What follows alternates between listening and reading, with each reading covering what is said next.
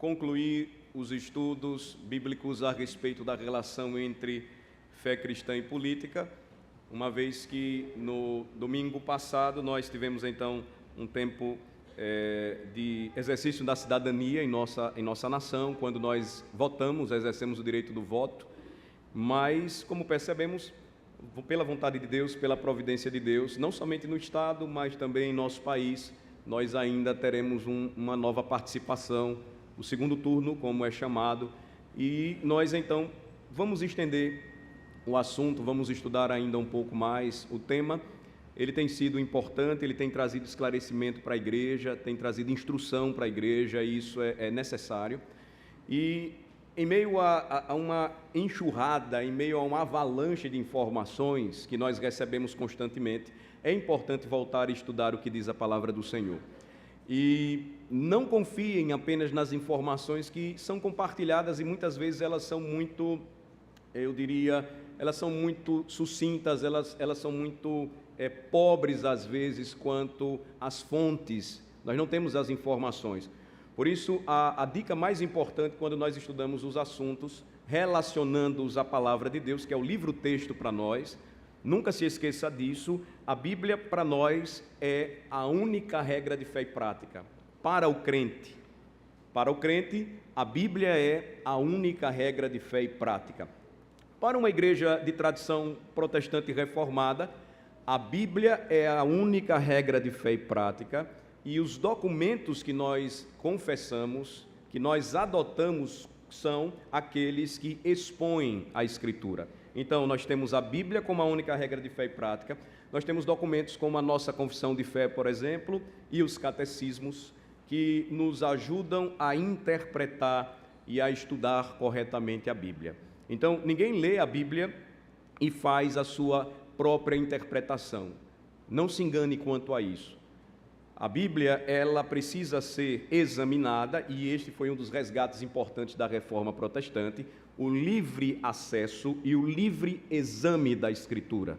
Contudo, a Reforma Protestante, os seus reformadores, jamais ensinaram livre interpretação. Então, você não vai aqui ler a Bíblia e vai dizer, a minha interpretação é essa, eu posso ter outra interpretação, e por assim vai. Na academia, hoje, o que é que nós temos? A releitura dos escritos e uma quebra daquilo que é um princípio importante quando você interpreta algum texto, e eu não me refiro apenas à Bíblia. Eles têm afirmado ou têm ensinado que o que interessa ou quem dá sentido ao texto não é mais o autor, mas quem lê. Isso é perigoso. Por exemplo, você pode mandar para mim uma receita de bolo e você vai me dar todas as descrições do que eu devo colocar, fermento, bater os ovos, a manteiga, enfim, o recheio, mas aí depois eu vou mandar para você um prato de rocambole de carne moída. Aí você vai dizer, mas pastor, eu mandei para o senhor uma receita de bolo, mas eu vou lhe responder, para você era uma receita de bolo, a minha interpretação era com a receita de rocambole de carne. Parece engraçado ou parece estranho, mas infelizmente é isso que está acontecendo. Então, quando nós estudamos a Bíblia, não esqueçamos, ela é a nossa única regra de fé e prática. Tê-la traduzida em nossa língua portuguesa nos permite livre exame, livre acesso, mas a interpretação, ela precisa ser fiel àquilo que nós confessamos. Então, se somos presbiterianos reformados, nós seguimos uma interpretação, nós não podemos fugir dela. E aí, quando nós estudamos o assunto que está em voga, que está ocupando a mente e o coração, não somente da gente, mas dos nossos filhos, nós precisamos também fazer esse exame e interpretação à luz dos nossos documentos confessionais. Então, busquem argumentos extraídos de livros, fontes. Isso é muito importante. Fulano falou, Beltrano disse, eu recebi esse texto no WhatsApp, ou esse texto no Facebook. Vá à fonte, busque extraí-lo dos livros, quem escreveu, quem disse isso, vá à fonte. Isso é muito importante. Quando o assunto diz respeito à interpretação da Bíblia, muito mais sério ainda. Então nós vamos voltar ao assunto, como eu disse a vocês, e hoje eu queria chamá-los novamente para a carta aos Romanos, Romanos capítulo 13, O versículo hoje para nós, propriamente dito, será o versículo 4, mas me permitam ler todo o trecho ou toda a sessão. É importante para a gente lembrar. Romanos capítulo 13, o versículo-chave hoje será o versículo 4, mas me permitam ler do versículo 1 ao versículo de número 7. Lembre-se, esta é a palavra de Deus. Todo homem esteja sujeito às autoridades superiores, porque não há autoridade que não proceda de Deus. E as autoridades que existem foram por ele instituídas. De modo que aquele que se opõe à autoridade resiste à ordenação de Deus. E os que resistem trarão sobre si mesmos condenação. Porque os magistrados não são para temor quando se faz o bem, e sim quando se faz o mal. Queres tu não temer a autoridade? Faze o bem e terás louvor dela, visto que a autoridade é ministro de Deus para teu bem. Entretanto, se fizeres o mal, teme, porque não é sem motivo que ela traz a espada, pois é ministro de Deus, vingador para castigar o que pratica o mal. É necessário que lhe estejais sujeitos, não somente por causa do temor da punição, mas também por dever de consciência. Por esse motivo, também pagais tributos, porque são ministros de Deus, atendendo constantemente a este serviço. Pagai a todos o que lhes é devido, a quem tributo, tributo, a quem imposto, imposto, a quem respeito, respeito, a quem honra, honra. Vamos orar. Senhor, esclarece o nosso entendimento para podermos compreender a Tua palavra.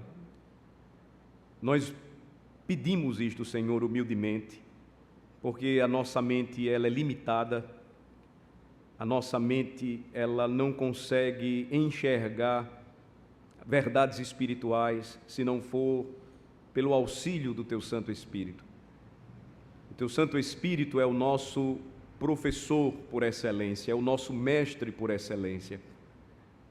Ele é o autor divino da Sagrada Escritura. Ele inspirou os homens que a escreveram para que pudéssemos, ó Senhor, receber de Ti mesmo a revelação do alto, a vontade do Senhor para o homem, o plano de salvação e todos os seus desdobramentos. Senhor, ajuda-nos. Nós precisamos muito de Ti. Ensina-nos nesta manhã a Tua palavra. Em nome de Jesus oramos. Amém. Romanos 13 vai nos lembrar que o poder do governo civil vem de Deus. E o governo civil é estabelecido por Deus, como nós temos aprendido já há alguns domingos. Lembre-se que o poder então vem do Senhor. Ele vai conferir então poder para os magistrados exercerem autoridade e governo. Esse poder também, conferido pelo Senhor, é chamado de poder da espada, para a proteção dos bons e para que os maus, eles temam o mal, ou temam, perdão, fazer o mal. E, finalmente, nós vamos ver na leitura que outro poder dado pelo Senhor aos governantes é o de cobrar impostos. Em tudo isso, nós precisamos lembrar o seguinte, irmãos: eles não têm uma carta aberta para fazer o que querem, mas eles precisam fazer tudo isso sob as leis de Deus. Se eles se desviarem disto, é como se um ministro do Evangelho, que também é chamado servo de Deus, se afastasse da obrigação de ensinar e pregar a verdade da palavra. É importante lembrar, notem que no versículo 4 você vai encontrar a expressão ministro, referindo-se aos governos ou aos governantes civis.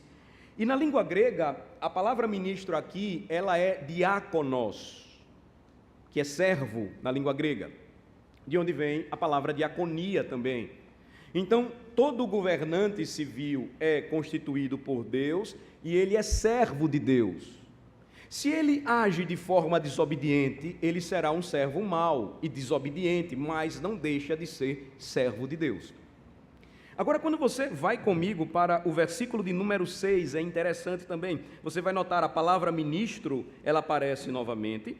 Só que aqui na língua grega ela é leitorgos, de onde vem a palavra liturgo, de onde vem a palavra liturgia, serviço. Você percebe então a correlação? Do mesmo modo que um pastor, ele é ministro de Deus, ele é responsável pelo serviço santo que se presta a Deus, o culto a Deus, ou seja, a liturgia do culto. Um governante civil também, ele é um leitorgos, ele é um liturgo de Deus para o exercício, o serviço santo de governar a sociedade. Então, observem que quando nós pensamos em Estado laico, e essa é uma ideia, um conceito humanista, muito desenvolvido nas chamadas democracias recentes, atuais, totalmente difere daquilo que foi o ideal de Deus quando constituiu governos em seu reino e naquilo que nós temos hoje, o que seria um modelo de uma república. Às vezes a gente mistura a palavra república com democracia ou regime democrático, mas é importante lembrar, uma república não é governada pela maioria do povo. Uma república, ela tem leis estabelecidas, sim, o povo exerce o direito de escolher os seus governantes, a maioria então prevalece, mas ela não pode ser governada ou dirigida longe dessas leis. O que é que garante então a governabilidade em uma república? A aplicação correta daquelas leis estabelecidas em uma nação, em sua Constituição. Então, eu quero reforçar novamente esse livro aqui, ó, A República Hebraica, do pastor Enoch Wines. Isso é um clássico quanto ao estudo da fé cristã relacionada à política. Você já tem língua portuguesa, a doutora Inês Borges, ela traduziu esse livro, ela é professora no Mackenzie, e esse livro ele é interessantíssimo, porque vai mostrar que a origem da república no Ocidente, que teve o seu fundamento na fé judaico-cristã, não tem nada a ver com o que os gregos pensavam, os romanos pensavam, mas com aquilo que Deus idealizou para o seu povo Israel. Você vai olhar como é interessante esse livro, mostrando que o Senhor vai estabelecendo então o próprio voto público, os juízes, os governantes, o rei não podia fugir dessas leis, e tudo aquilo que eles faziam estava intimamente ligado aos mandamentos de Deus. Então, irmãos, quando nós pensamos nessas coisas, quando nós estudamos sobre elas, nós então vamos ampliando o nosso conhecimento, e eu repito, busquem os argumentos extraídos de livros, não de frasezinha de WhatsApp, cansa isso. Às vezes eu estou aqui trabalhando, ensinando para a igreja, e durante a semana o irmão discorda e manda uma frasezinha de WhatsApp. Aí bota aquela fotinha de Jesus antes mandou amar e agora os cristãos estão mandando matar. Faça-me o favor. Isso não é uma discussão lógica, isso não é uma discussão racional, isso não é um entendimento que a gente vai à Escritura e com humildade estuda seriamente a Escritura. E lembrem-se, nós temos uma herança. Você vai ter várias declarações aí de líderes evangélicos contrárias às verdades da palavra de Deus. Eles não nos representam. Nós temos uma herança, nós temos documentos que exprimem e procuram interpretar fielmente a Escritura. É por eles que nós devemos então nos guiar, no auxílio de Deus, estudando seriamente a palavra. Então hoje nós vamos tratar de um tema. Não será exaustivo, obviamente, não será também estanque, não tem como você esgotar o assunto, mas é um tema muito controverso. Quando você fala sobre o poder do governo civil, dado por Deus, inevitavelmente você vai ter que tratar sobre o poder da espada. E aí, novamente, volte seus olhos para o versículo 4 de Romanos 13. Você vai ver que esse poder do Estado concedido por Deus, o poder da espada, ao qual me refiro, é mencionado em Romanos 13, versículo 4. Lerei novamente. A autoridade é ministro de Deus para o teu bem. Entretanto, se fizeres o mal, teme, porque não é sem motivo que ela traz a espada, pois é ministro de Deus, lembre-se da palavra diáconos, é servo de Deus, vingador para castigar o que pratica o mal. O que é que nós precisamos entender hoje aqui pela manhã? Primeiro, qual é esse poder da espada? Uma vez que uma espada aqui de metal era uma espada de uso militar, ela não era usada para cortar pão e passar manteiga. Qual o sentido então disso? Segundo, qual é o seu propósito e como é usada o poder da espada, ou como pode ser usado o poder da espada sem motivo ou sem razão? Então, vamos pensar um pouco aqui e vamos observar um pouco aqui. Primeiro, quando o apóstolo usou a expressão poder da espada, ou que o magistrado ou o governante civil, ele recebe de Deus, o Senhor concede a ele esta autoridade de trazer a espada para aqueles que praticam mal, a espada aqui, ela simbolicamente representa o quê? O uso pelo Estado ou pelo governo civil de força legítima, de força legal, quando necessária até mesmo mortífera, mortal, para desempenhar sua função definida por Deus. Nós temos vários exemplos, poderíamos citá-los aqui, mas só para vocês pensarem um pouco. Tomem todas as nações do globo terrestre, todas as nações da terra. Se você somar todas elas, não ultrapassam o número e a quantidade de assassinatos anuais em nossa nação. São mais de 60 mil.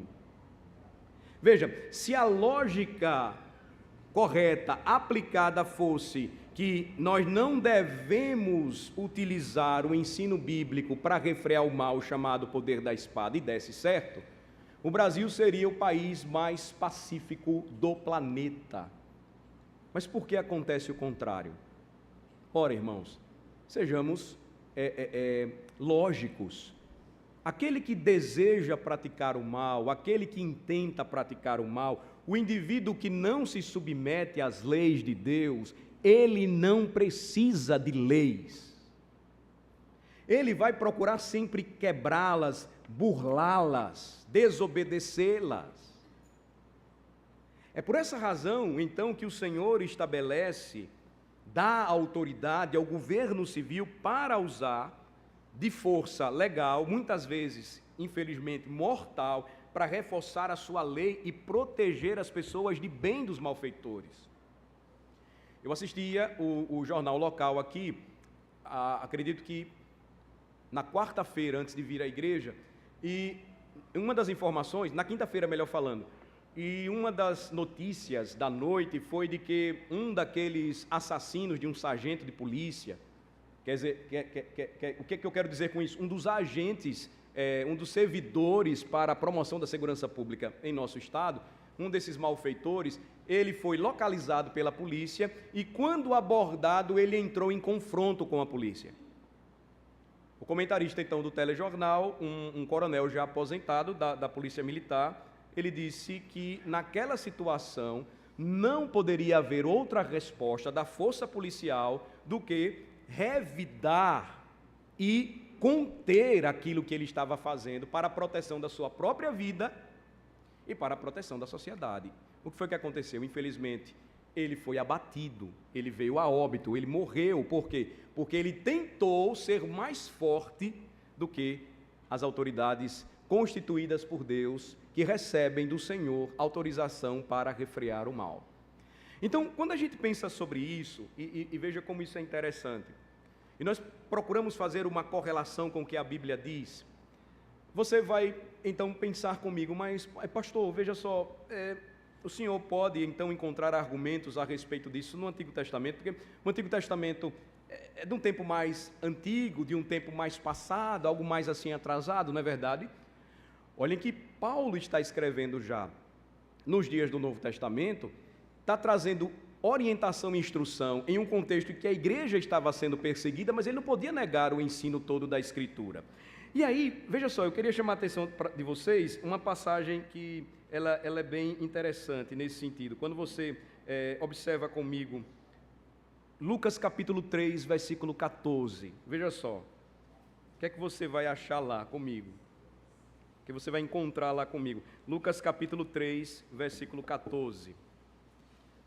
Você vai encontrar um profeta seu nome João,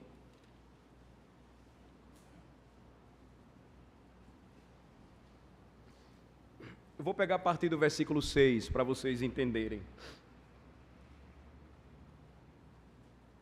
Então as multidões o interrogavam, dizendo: que havemos, pois, de fazer? Versículo 10 aí.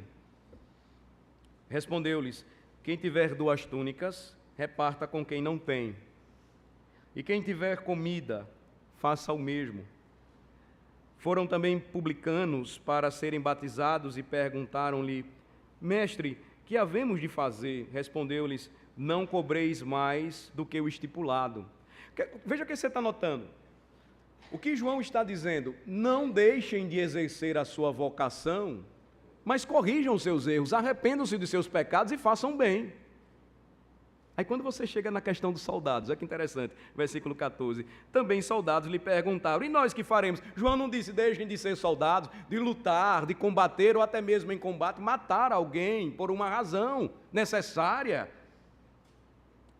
João vai dizer: a ninguém maltrateis, não deis denúncia falsa e contentai-vos com o vosso soldo. Ou seja, continuem a sua vocação militar, mas façam isso da forma certa. Quando João denuncia estas coisas aqui, ou ele as trata, ele vai lembrar que era característico de alguém que exercesse força, poder militar, maltratar alguém. Que não fosse feito isso, que não denunciassem ninguém falsamente e que se contentassem com o seu salário. Observem, irmãos, você vai encontrar Jesus na casa de um centurião, você vai encontrar Pedro pregando na casa de outro centurião que era reconhecidamente mais crente e de bom testemunho do que muitos judeus. Nem o Senhor, nem o apóstolo disse: olha, abandona essa vocação que não dá para você. Então, se você é cristão e é policial, se você é cristão e no exercício de serviço público você trabalha com segurança pública, não tenha vergonha da sua vocação, mas faça isso de forma honesta. Sabe qual é o problema em nosso país? O nosso problema em nosso país é que quanto mais nos afastamos das leis de Deus, o que é que nós temos percebido? Os cidadãos de bem têm medo, os malfeitores, eles fazem o que querem, e aqueles que deveriam refrear o mal são punidos ou perseguidos, ou têm medo de represálias quando estão em combate contra criminosos. Aí você vai me perguntar: mas pastor, e quando eles cometem excessos, eles precisam também pagar pelo que fazem? E não é autorizado, observem, eu estou tomando aqui uma passagem tão simples, mas tão objetiva da Escritura, não é dada autorização ao governo civil de usar a lei para benefício próprio, mas aplicá-la da forma correta. Por isso, repito, não deixem de comprar e ler esse livro, A República Hebraica, do Enoch Wines. Ele vai explicar claramente como estas coisas funcionavam em Israel e que, na verdade, foi o fundamento e base, porque era um reino mais antigo, o Estado mais antigo, para o que se tornou o Ocidente, quando constituiu repúblicas, governos que tinham como fundamento os princípios judaico-cristãos. Então, eu vou ler para vocês aqui rapidamente o que a Confissão de Fé fala sobre esse assunto, a nossa Confissão de Fé, porque é basilar aqui, é fundamental para nós. Observem, eu vou ler apenas a seção de número 1 e 2, é o capítulo 23, que fala sobre o governo civil, magistrado civil. Deus, o Senhor Supremo e Rei de todo o mundo, para a sua glória e para o bem público, constituiu sobre o povo magistrados civis, a eles sujeitos, e para este fim os armou com o poder da espada, para a defesa e incentivo dos bons, bem como para o castigo dos malfeitores. Então, veja que o ensino se coaduna com a Escritura. Seção 2. Aos cristãos é lícito aceitar e exercer o ofício de magistrado, ou seja, que tenhamos mais cristãos fiéis, comprometidos, envolvidos, exercendo a sua vocação nessas áreas, para que então os valores do reino de Deus, eles sejam manifestos. Esse é o sentido de ser sal e luz. Esse é o significado de fazer o bem, de promover a paz. Não se vai lutar contra malfeitores, irmãos, com cruzinhas na areia da praia, soltando pombinhas da paz ou dando florzinhas a bandidos. Essa é a verdade. O mal será combatido e refreado quando então os governantes civis cumprirem a sua vocação e o seu chamado. Veja que quando Paulo se refere a esta questão em Romanos 13, irmãos, é um pouco assustador para nós, porque nós fomos tomados de um humanismo tão grande, e não é um humanismo submetido à palavra de Deus, que nós esquecemos que quando Paulo escreve lá, ele diz que o poder da espada dado ao magistrado é para que o homem que faz o mal, ele tenha medo. É para implantar o terror. Mas quem é que nos aterroriza hoje? Eu lembro no meu tempo que morava ali no bairro Suíça, próximo ao Colégio Americano Batista, nós ficávamos até tarde na época de férias, eu e meu irmão e os amigos da rua, batendo bola no asfalto sem chinelo, engrossando os pés, até tarde, e não tínhamos medo. Hoje nós não podemos fazer mais isso por nossos filhos. Hoje nós nos escondemos. A minha casa, onde eu cresci, todas elas murinhos baixos, os meninos pulavam o muro para me chamar na janela para sair para jogar bola. À medida que eu ia crescendo, eu via os muros sendo levantados, as grades sendo botadas, e hoje, quando passo por lá e lembro da minha infância, parece que são verdadeiros presídios cheios de cerca elétrica. Há uma inversão grande de valores em nossos dias.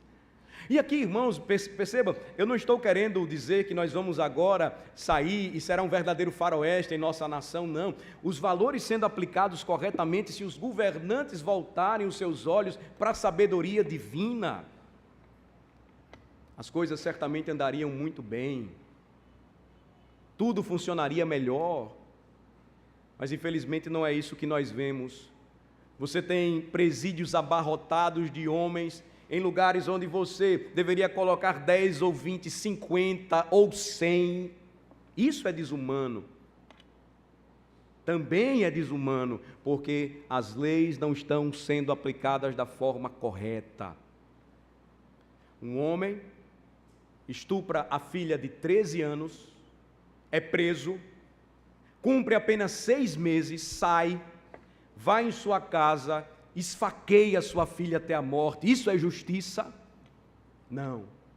Se o poder da espada fosse aplicado corretamente, a Bíblia diz claramente o que o estuprador merece. Isso às vezes nos choca, né?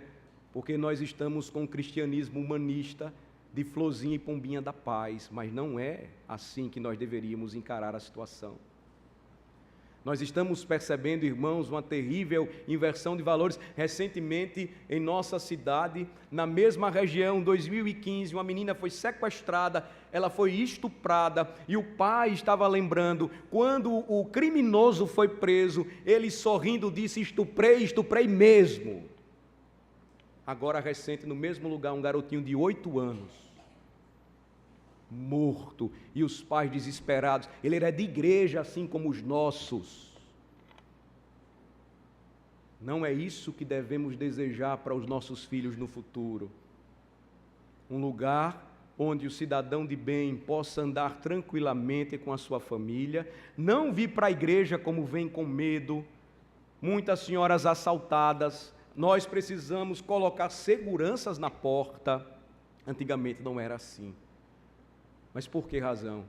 Porque os governos estão esquecendo os valores do Senhor e tudo está sendo invertido. E aí tem gente que vai dizer: pastor, sua mensagem está sendo muito tendenciosa. O senhor está querendo dizer para a igreja votar em determinado candidato. Faça-me um favor, todo mundo tem cabeça, todo mundo pensa. Eu não estou dizendo o nome de ninguém, eu estou levando vocês a olharem o que a Escritura diz e que nós precisamos seriamente concluir estas coisas. Precisamos pensar sobre elas. Observe então, a confissão de fé ela vai continuar e vai dizer: em sua administração, eles deveriam especialmente manter a piedade, a justiça e a paz, segundo as leis salutares de cada estado. Para atingir tal propósito, eles agora podem, sob a dispensação do Novo Testamento, até mesmo, olhem, licitamente guerrear, havendo ocasiões justas e necessárias. Há situações em que as guerras são injustas e o cristão não deve se envolver, ele deve fazer objeção, oposição. Mas situações sérias na história da humanidade foram definidas quando muitos cristãos, eles lutaram e combateram o mal. Observem, irmãos, como estas coisas elas nos ensinam e elas nos mostram preciosas verdades. Nós estamos pensando sobre elas hoje aqui juntos. Nós estamos observando como a Escritura fala disso de uma forma muito clara e muito séria. E se nós tomarmos as palavras de Jesus, tão distorcidas em nossos dias, observem que ele vai usar a mesma linguagem, ele não vai reprová-la para falar de valores espirituais. Por exemplo, aí no Evangelho de Lucas, onde vocês estavam comigo,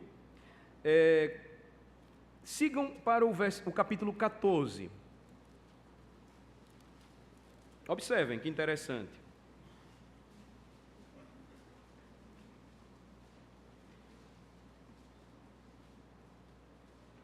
Jesus está falando aqui do serviço do cristão quanto ao seu reino, e ele vai usar aqui dois exemplos a respeito do preço de segui-lo, de servi-lo. O primeiro deles, vocês vão observar no versículo 28, ele vai falar sobre uma construção que precisa ser devidamente calculada, para que depois não seja interrompida e a pessoa, então, ela comece a construir algo e não consiga acabar. E aí, quando você vai para o segundo exemplo dado por Jesus, observem que Jesus vai nos mostrar que, nesse exemplo que ele cita, um Estado que teme ao Senhor, ele sempre deverá ter força superior à força dos homens perversos e das nações perversas. Por que razão? Observem, se acontecer uma situação que exigir guerra, olha só o versículo 31. Ou qual é o rei que, indo para combater outro rei, não se assenta primeiro para calcular se com 10.000 homens poderá enfrentar o que vem contra ele com 20.000? Caso contrário, estando o outro ainda longe, envia-lhe uma embaixada pedindo condições de paz. Veja que Jesus vai usar esse exemplo e ele não vai ter dificuldades de aplicá-lo a um assunto que diz respeito aos valores do reino, aos valores espirituais, porque ele o considerava legítimo. Ou seja, uma situação em que um governo, um reino, precisava guerrear com o outro, mas calcular antes de ir para esta guerra, a fim de que não perdesse. Então, não era uma questão assim estranha para ele. Quando você vai observar, então, outros exemplos utilizados na Escritura, ou outros que nos mostram verdades na Escritura, nós vamos lembrar, por exemplo, do Senhor Jesus Cristo mesmo falando sobre essas questões, e lembrando que até quando os seus discípulos estavam sendo enviados para a missão, eles não deixariam de observar alguns itens, alguns utensílios que eles precisavam levar consigo. Deixe-me só localizar aqui a passagem específica, porque ela é bastante interessante para isso aqui, para o assunto que nós estamos tratando agora. Jesus vai usar outro exemplo, deixa eu olhar aqui. Muito bem, vamos para Lucas 22. Versículos 35 a 36. Jesus está mandando seus discípulos para uma missão, a missão de levar a mensagem do Evangelho para as pessoas, mas aí observem a partir do versículo 35. A seguir, Jesus lhes perguntou: quando vos mandei sem bolsa, sem alforge e sem sandálias, faltou-vos porventura alguma coisa? Nada, disseram eles. Então lhes disse: agora, porém, quem tem bolsa, tome-a como também o alforge, e quem não tem espada, venda a sua capa e compre uma. Espera aí, Jesus mandou os seus discípulos comprarem uma arma Estranho. Estranho para quem não lê a Bíblia. Jesus não estava dizendo agora, vocês vão sair cortando as pessoas e lutando contra as pessoas. Quando ele disse que deveria se entregar e os guardas do templo foram prendê-lo no jardim do Getsêmani, o que foi que Pedro fez? Sacou a espada, cortou a orelha de Malco, um dos servos do templo. Jesus o repreendeu, porque não era a hora de fazer aquilo, ele ia se entregar. Mas por que Jesus disse que entre os itens de sobrevivência naquela missão, eles precisavam portar uma espada, até mesmo vender o terno, a capa, para comprar uma? Porque o mal estava presente no mundo. Era comum que os viajantes sofressem assaltos. Eles poderiam ver alguém necessitado, precisando de proteção. Vocês lembram da parábola do bom samaritano? O que é que acontece com aquele samaritano? Aquele judeu, melhor falando, ele é pego por ladrões e malfeitores e ele apanha quase até a morte. Era comum isso lá naquele tempo. Paulo, ele experimentou isso durante as suas viagens missionárias também.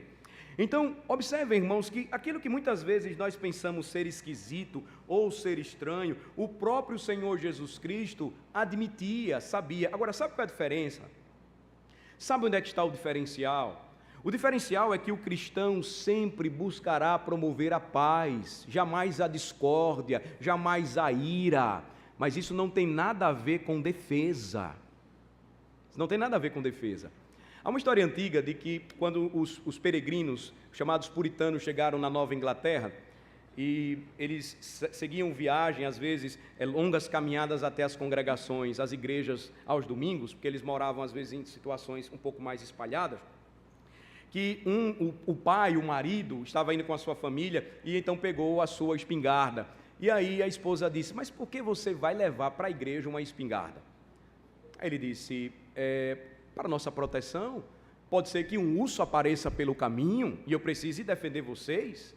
Ela disse, mas você não crê na doutrina da soberania de Deus? Você não crê que Deus permite todas as coisas? Por que você vai levar a espingarda? Se Ele quiser que sejamos atacados por um urso, nós seremos atacados por um urso.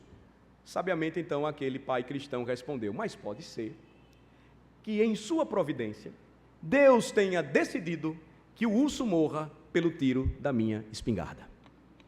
Vocês entendem? Prudência, sabedoria, defesa. A Escritura nunca nos tirou disso. Ela nunca retirou isso de nós. Veja que a responsabilidade, até mesmo quando nós lemos o livro de Números, de que os homens deveriam ir à guerra, não poderia ser omitida. E aí você vai ter outra passagem que ela é mais esquisita, às vezes, para os cristãos que nós estamos vendo hoje defendendo outra posição. João, capítulo 2. Essa daqui você vai lembrar comigo. João, capítulo 2, versículos 13 a 16.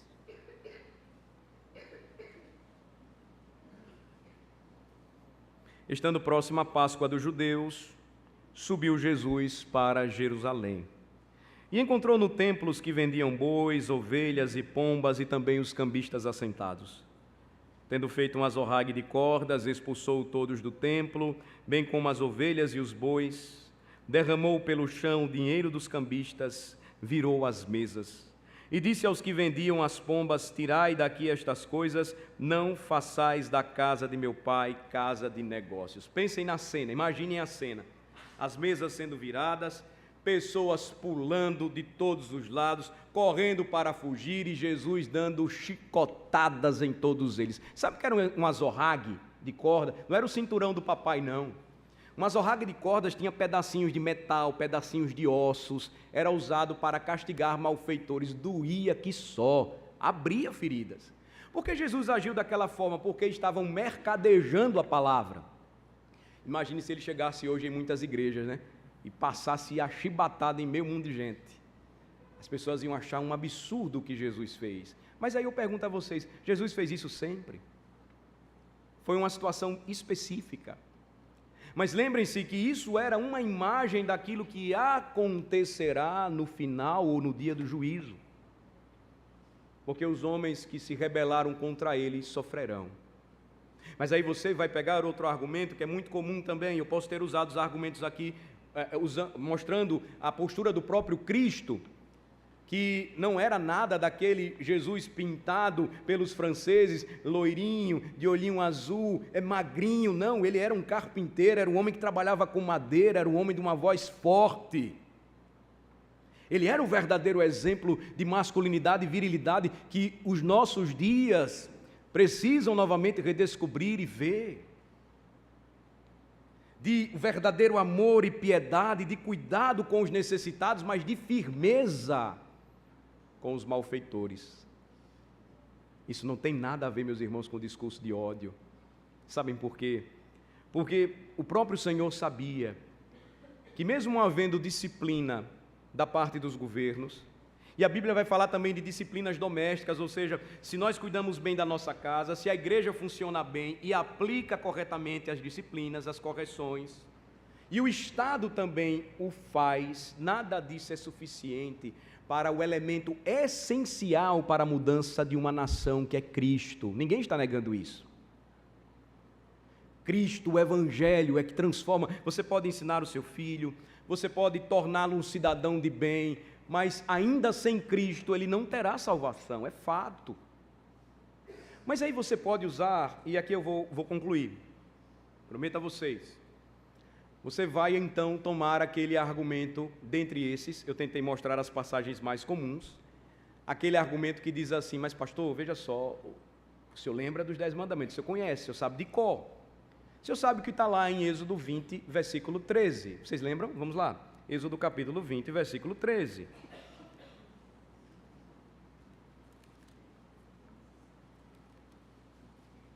Segundo livro da Bíblia, Êxodo 20, versículo de número 13.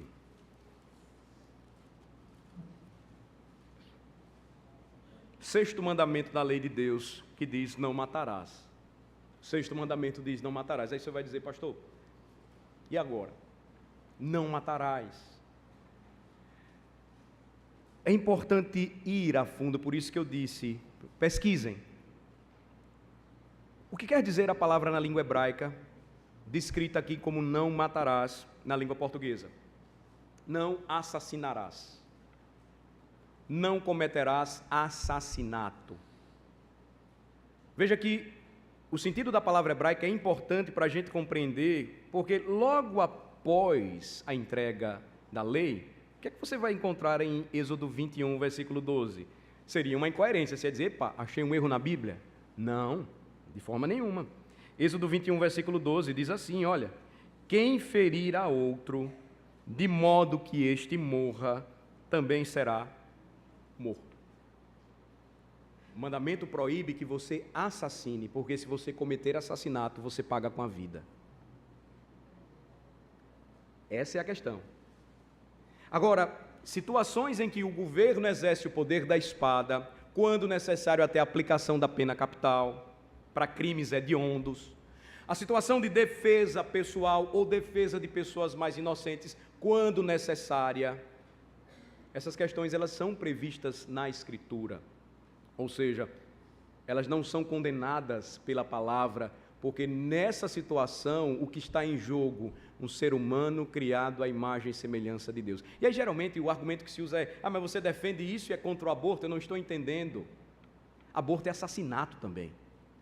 E cristãos não devem defender assassinato.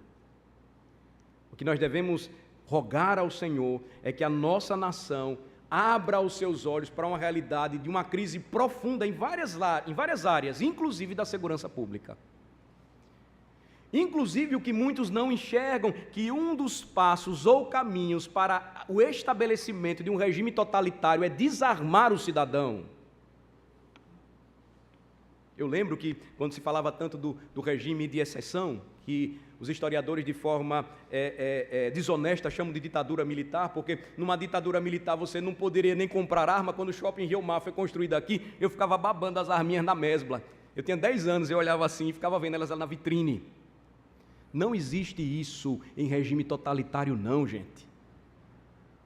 Não existe. Regimes totalitários tiram todos os direitos do cidadão, inclusive o de lutar contra a tirania, caso aquele governo comece a quebrar as leis da República. Como é que nós vamos lutar, por exemplo, se um regime totalitário for estabelecido no Brasil, se os homens e cidadãos de bem não têm como se defender? Vocês lembram da história? Policial Wilson aqui, diácono Wilson, entra com armado para a gente pegar um bandido. Eu não tinha direito à arma, peguei a lança do índio lá na minha sala. Você tem a sua liberdade cerceada.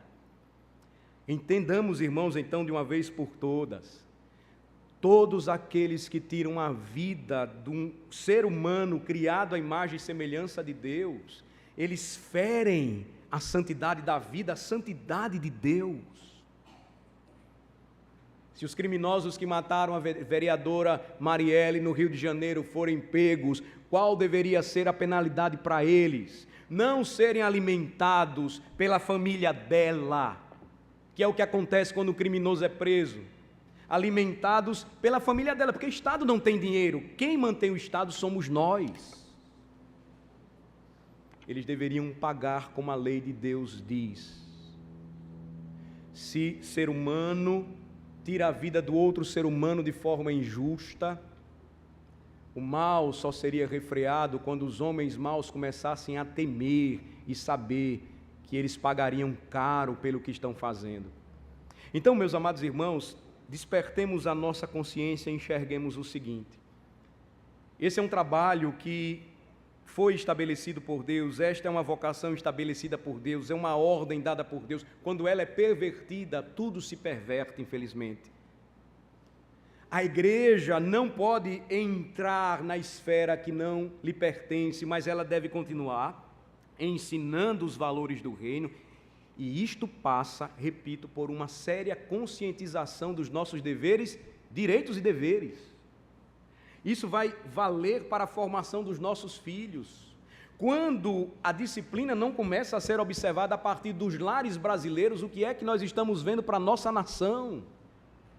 São pessoas más, desrespeitando os pais, batem nos pais, desonram os pais, não respeitam a autoridade na sala de aula, batem em professora de sala de aula, vão chamá-la de preta, ou vão chamá-la de racista, ou vão zombar do professor. Não há respeito à autoridade quando os valores da palavra de Deus são minados, ruídos.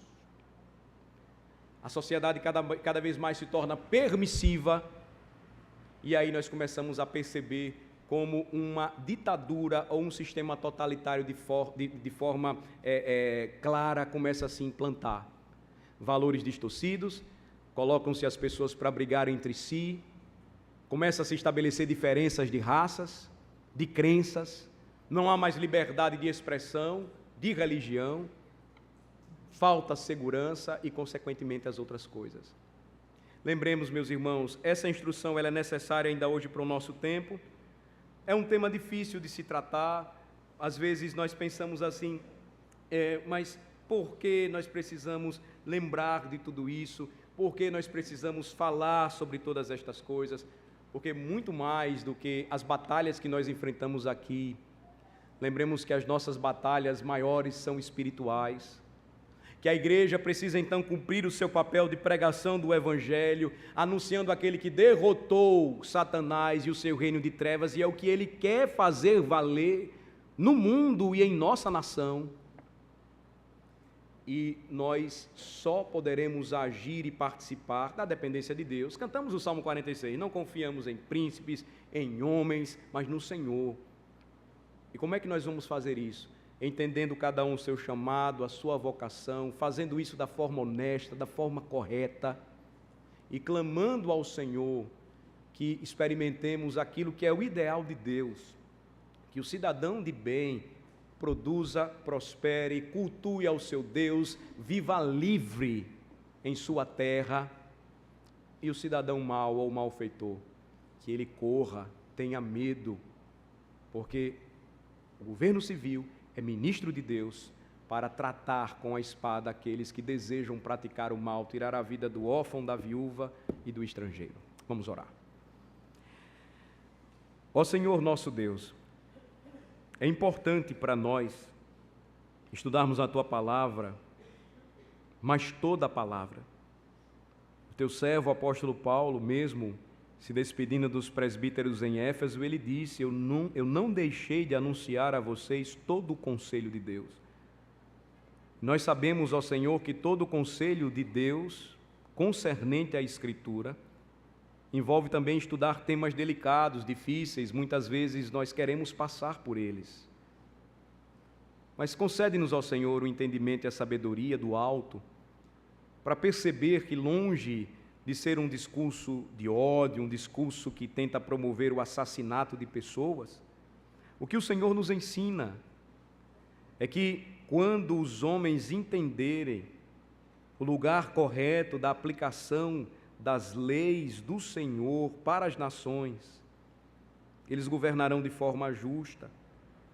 Senhor, nós temos percebido em nossa nação, cada vez mais as leis favorecem aos malfeitores, corruptos, homens maus, enquanto as pessoas que procuram praticar o bem sofrem, têm medo, perdem os seus filhos, perdem para as drogas, perdem para a violência.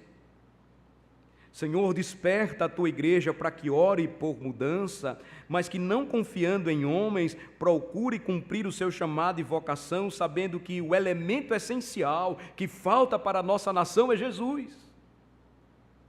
Nós, Senhor, como nação, precisamos de Jesus. Precisamos de uma transformação poderosa, e nós sabemos, Senhor, ela só virá pelo poder do Teu Evangelho, tratando todas as áreas da nossa vida, transformando homens pecadores em cidadãos do reino dos céus, que entendem que, enquanto caminham nesta terra, têm um chamado e vocação a cumprir. Senhor, livra-nos das injustiças, como a Tua palavra nos ensina, livra-nos das mãos dos homens sanguinários. E, Senhor, se nós oramos por estas coisas, nós não podemos pensar contrariamente ao que a Tua palavra nos ensina. Nós precisamos rogar ao Senhor que nos conceda governantes que procurem aplicar as leis com respeito à segurança pública de forma sensata, firme, honesta, para que os homens de bem, suas famílias, possam viver vida tranquila e mansa, e os malfeitores sintam o terror da espada do Estado quando tentarem promover qualquer revolução. Abençoa-nos, ó Senhor, porque muito precisamos de Ti e de sabedoria para agir, viver e votar. Em Cristo oramos. Amém.